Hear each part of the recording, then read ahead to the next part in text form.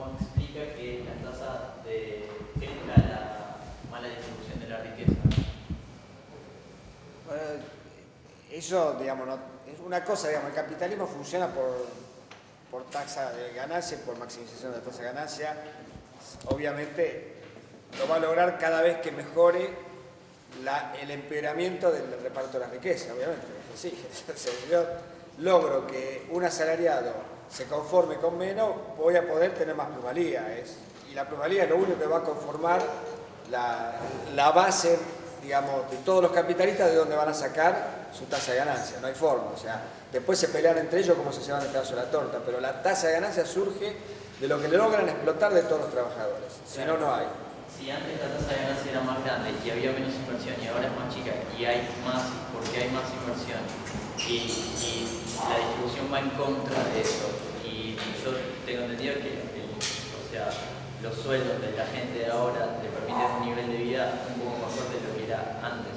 Sí, pero vos lo tenés que medir no solamente la calidad de vida, llamada vulgarmente hoy, de un sector de los trabajadores, sino de toda la masa de los trabajadores. Esa visión 100% con lo que se dijo acá. O sea, si vos lees solamente la franja del 10% de los mejores asalariados, te llevas una falsa impresión de lo que es la totalidad. Los trabajadores son todos los tipos, hasta aquellos que laburan gratis en los campos, los cartoneros son trabajadores, todos esos tipos.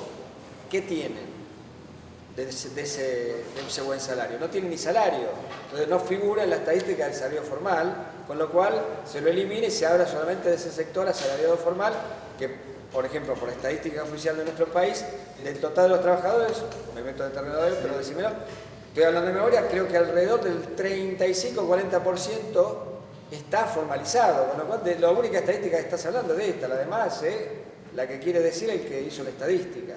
Entonces, ojo que el número es del total, primer punto. Segundo, la productividad de la mano de obra gracias a la herramienta es enorme. O sea, lo que, dicho en términos marxistas, lo que el trabajador necesita trabajar para volver a tener eso es muy poquito tiempo. Todo el resto del tiempo se lo está regalando al capitalista. ¿Por qué? Porque dispone de una cantidad de herramientas tan poderosas que hoy un trabajador en una mina, esta que está en esta película, que, perdón Pino, Debo no la vi todavía. ¿Sabes cuánto cuesta uno de los camiones que están en la mina? No sé si lo dice la película. Si no, digo una boludez, pues lo repito. ¿Sabes cuánto cuesta uno de esos camiones? 3 millones de dólares. 3 millones de dólares. Lo maneja una sola persona. Y no lo maneja. Es una nave espacial prácticamente. ¿Cuánto produce ese tipo?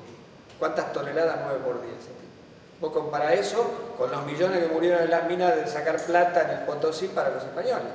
O sea, es gigantesco lo que produce ese tipo. El problema es que como es gigantesco también es cierto que son pocos.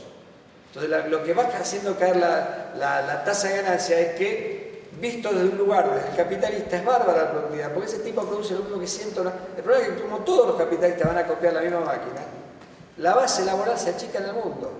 Por eso el capitalismo hace esto que no había pasado nunca en la historia, que es, va expulsando, en lugar de aprovechar que se reproduce la mano de obra y voy a pensar en que voy a ser más rico porque voy a tener más esclavos o lo que fuera, empiezo a pensar al revés. Me sobra mano de obra, pero esa ecuación, que por eso leen Marx ahora de todos estos que descubrieron la crisis, es porque no es muy simple. Hay menos, o sea, la plusvalía individual por cada trabajador es enorme, pero la masa de plusvalía de todo el mundo se achica, porque la automatización quita trabajadores.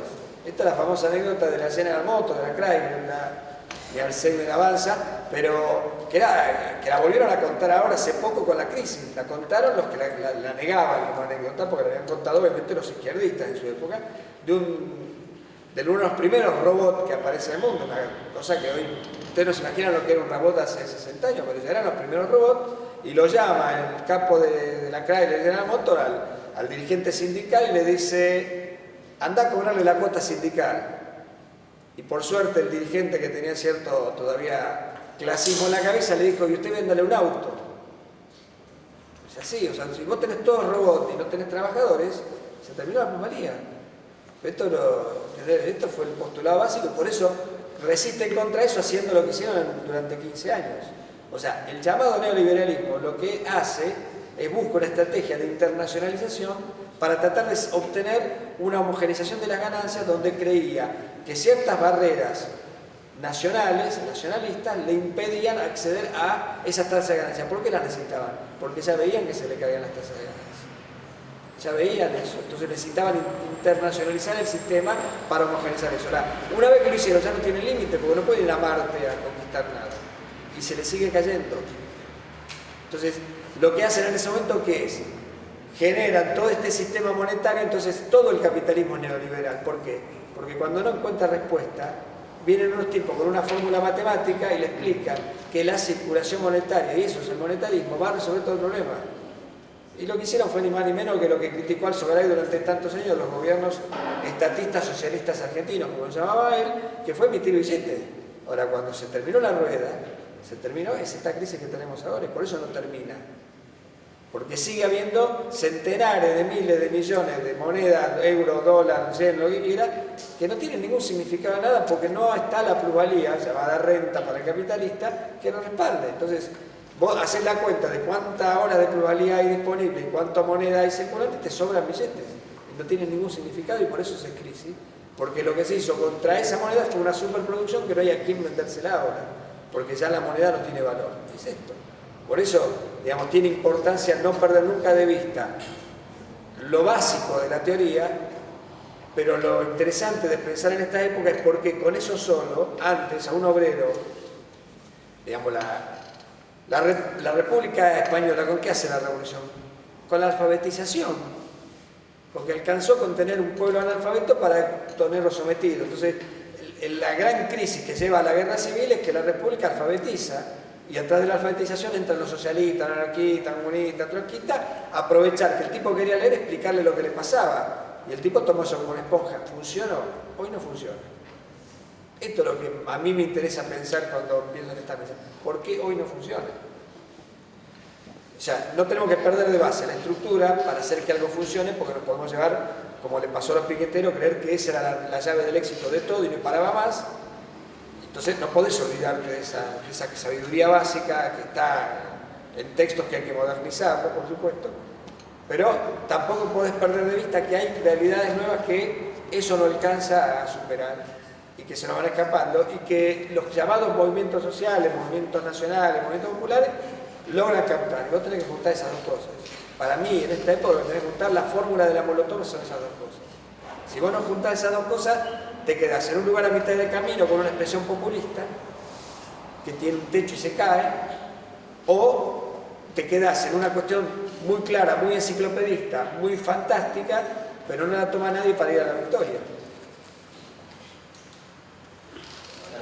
Puedo hacer un breve comentario muy chiquito, porque el punto que trae el compañero, que lo trajo varias veces de acá, es muy importante a mi juicio. Ahí hay un punto en común del cual se puede tirar, que es el problema de la subjetividad y de cómo se construye la subjetividad, y problematizar algunas tesis mecanicistas de que la subjetividad era mecánicamente conquistable o la conciencia se producía.